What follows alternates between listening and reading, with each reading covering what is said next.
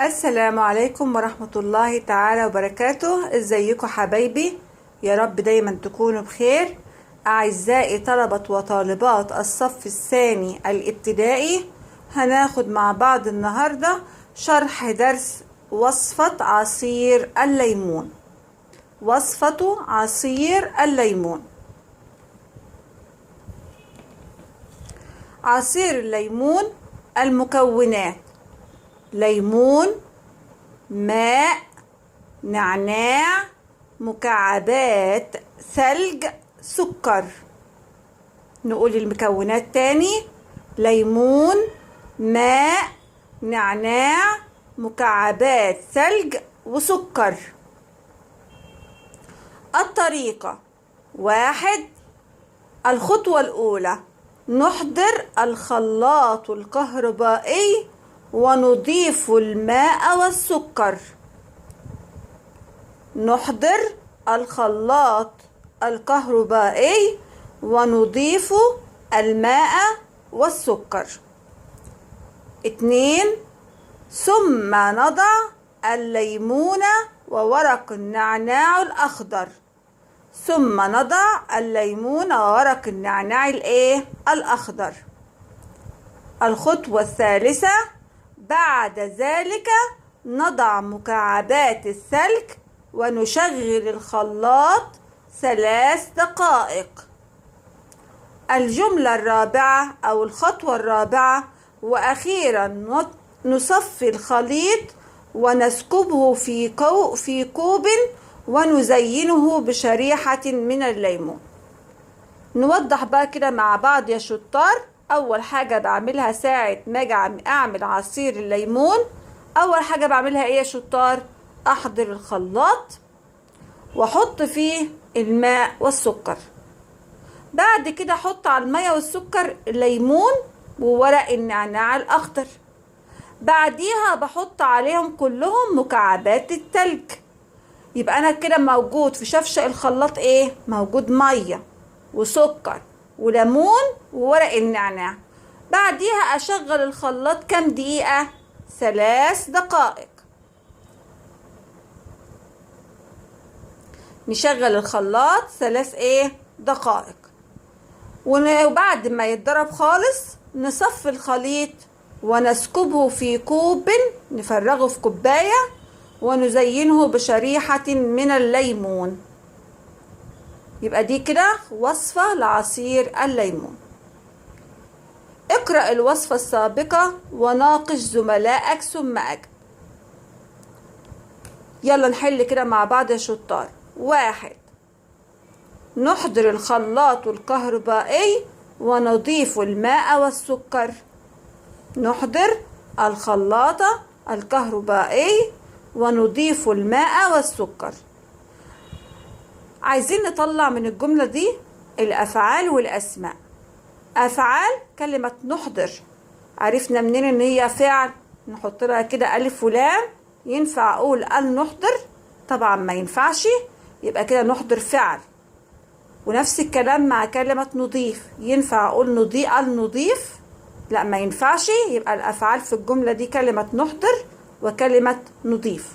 نحضر ونضيف. طب الأسماء هي الكلمات اللي بتبدأ بألف ولام، أو الكلمات اللي آخرها تاء مربوطة، أو الكلمات المنونة. هنا في الجملة كلمات بها ألف ولام: الخلاط، الكهربائي، الماء، السكر.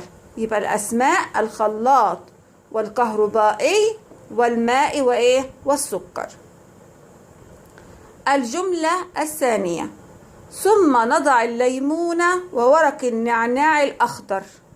ثم نضع الليمون وورق النعناع الأخضر. الأفعال هنا كلمة نضع، جرب كده معاها ألف ولام. ينفع أقول النضع؟ ما ينفعش طبعا، خطأ. يبقى الأفعال هي كلمة نضع. الأسماء هي الكلمات التي بها ألف ولام. الليمون، ورق كده جرب معاها الألف واللام، الورق نفعت يبقى صحيحة. النعناع الأخضر.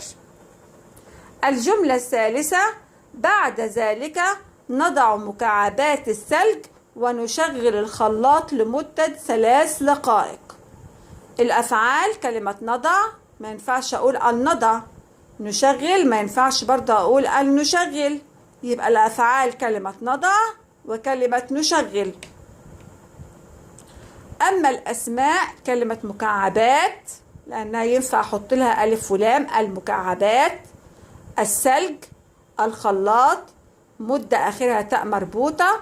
3 حط لها ألف ولام كده، 3 دقائق حط برضو ألف ولام تنفع الدقائق. يبقى الأسماء هنا في الجملة دي مكعبات، الثلج، الخلاط، مدة 3 دقائق. 4. وأخيرا نصفي الخليط ونسكبه في كوب ونزينه بشريحة من الليمون. هنبص في الجملة هنلاقي الأفعال كلمة نصفي، جرب كده معاه ألف ولام. ينفع أقول أن نصفي، يبقى نصفي فعل. نسكبه، أن نسكبه ما ينفعش. نزينه، أن نزينه ما ينفعش. يبقى الأفعال هنا في الجملة 3: نصفي، نسكبه، نزينه. الأسماء هي كلمة الخليط، وكلمة كوب، وكلمة شريحة، وكلمة أخيرا، وكلمة الليمون. الأسماء هي الخليط، كوب، شريحة، أخيرا، الليمون. كتابة وصفة. عايزين نعرف معايير كتابة الوصفة. معايير كتابة الوصفة هم 5 معايير. أول واحدة أن يكون أن يكون الخط جميل. أن يكون الخط جميل. لازم يشترط على كتابة الوصفة أن يكون الخط ماله جميل. 2. أن يكون الكلمات مناسبة. أن تكون الكلمات مناسبة. 3. أن يكون الجمل صحيحة. أن تكون الجمل صحيحة. 4. أن يكون الإملاء صحيح. ما اكتبش كلمات إملائيا خطأ. أن يكون الإملاء صحيح. 5. أن تكون الخطوات مرتبة. يبقى معايير كتابة الوصفة 5 معايير: الخط جميل، الكلمات مناسبة، الجمل صحيحة، الإملاء صحيح، الخطوات مرتبة. يلا بقى كده يا أصدقائي يا شطار هنحل مع بعض. هيجيلك يقولك طعامي المفضل هو. كل واحد فيكم يا شطار يكتب لي الطعام اللي بيحبه، ايه الأكل اللي بيحبه. هنكتب هنا طعامي المفضل كمثال البيض. وصفتي هي، يبقى لما أنا بحب البيض يبقى الوصفة اسمها البيض المسلوق.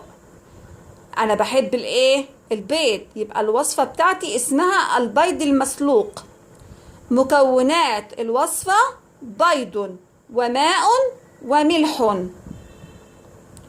طريقة عمل الوصفة هنعملها على 3 طرق. أول خطوة: أولا نحضر إناء ثم نضع فيه الماء فالبيض. يبقى الخطوة الأولى إن احنا نحضر إناء وبعد كده نحط فيه الماء والبيض. الجملة الثانية: بعد ذلك نضعه على النار لمدة 15 دقيقة. الخطوة الثالثة: تقشير البيض مع وضع قليل من الملح. نقول خطوات البيض المسلوق تاني. أول حاجة نحضر إناء ثم نضع فيه الماء فالبيض. شايفين الفاء؟ المية الأول بعديها بسرعة البيض. الخطوة الثانية نضعه على النار لقد إيه؟ لمدة 15 دقيقة. الخطوة الثالثة نقشر البيض مع وضع قليل من الملح. هنقشر البيض ونحط له الملح. هنعمل مع بعض الجدول ده تقييم التلميذ ذاتيا لكتابته. كل تلميذ يقيم نفسه بنفسه. هنكتب كده مع بعض معايير التقييم. معايير التقييم 1 2 3 4 5. أول واحدة إملائي صحيح. المعيار الثاني كلماتي مناسبة. المعيار الثالث خطي جميل. المعيار الرابع خطواتي مرتبة. المعيار الأخير جملي صحيحة. كل تلميذ فيكم يا أصدقائي هيكتب قدام كل معيار الوجه ده، وجه مبتسم أو وجه غاضب. إملائي صحيح، لو إملاءك كله صحيح أختار ألتزم دائما، أو ألتزم معظم الوقت، أو ألتزم بعض الوقت، أو أحاول أن ألتزم. يبقى لو الإملاء بتاعك صحيح كله مفيش أي أخطاء هنحط ألتزم دائما. في خطأ أو 2 ألتزم معظم الوقت. في أخطاء أكتر من 3 ألتزم بعض الوقت. أخطاء كتيرة جدا جدا أحاول أن ألتزم. المعيار بتاع كلماتي مناسبة، لو أنت عامل كل الكلمات مناسبة حط عند ألتزم دائما. عاملها يعني في كلمة ولا 2 يبقى ألتزم معظم الوقت. الكلمات كتيرة ألتزم بعض الوقت. الكلمات مفيش حاجة مناسبة خالص يبقى أحاول أن ألتزم. بالنسبة للخط الجميل، لو خطك جميل جدا حط الوجه عند ألتزم دائما. لو خطك إلى حد ما شوية في كده حاجة ألتزم معظم الوقت. لكن لو خطك كله مش كويس قوي يبقى ألتزم بعض الوقت. لو خطك كله زي الزفت زي ما احنا بنقول يبقى أحاول أن ألتزم. خطواتي مرتبة نفس الكلام، لو مرتبة حط ألتزم، مرتبة شوية حط ألتزم معظم الوقت، مش مرتبة قوي ألتزم بعض الوقت، مش مرتبة خالص يبقى أحاول أن ألتزم، وهكذا. هنتكلم بقى مع بعض عن حروف العطف. حروف العطف يا أصدقائي 3: الواو والفاء وثم. الواو تفيد الربط والمشاركة، الفاء تفيد السرعة، ثم تفيد الترتيب والتراخي. يلا نبص مع بعض كده. دخل باسم وبسمة، الاتنين شاركوا مع بعض في الدخول. دخلت بسمة فباسم هنا تفيد السرعة، ان بسمة دخلت الاول ووراها بسرعة باسم. دخلت بسمة ثم باسم معناها ان دخلت بسمة وحصل تراخي لباسم لما دخل بعديها، يبقى هنا في تراخي، بعد شوية دخل باسم. 4: دخل الأب والأم، الاتنين شاركوا في الدخول. دخلت الأم فالأب، يبقى الأم دخلت الأول وبعديها بسرعة دخل الأب. دخلت الأم ثم الأب، يبقى الأم دخلت وبعديها بشوية في تراخي دخل مين؟ الأب. هنقارن بين التاء المفتوحة والتاء المربوطة وهاء الضمير.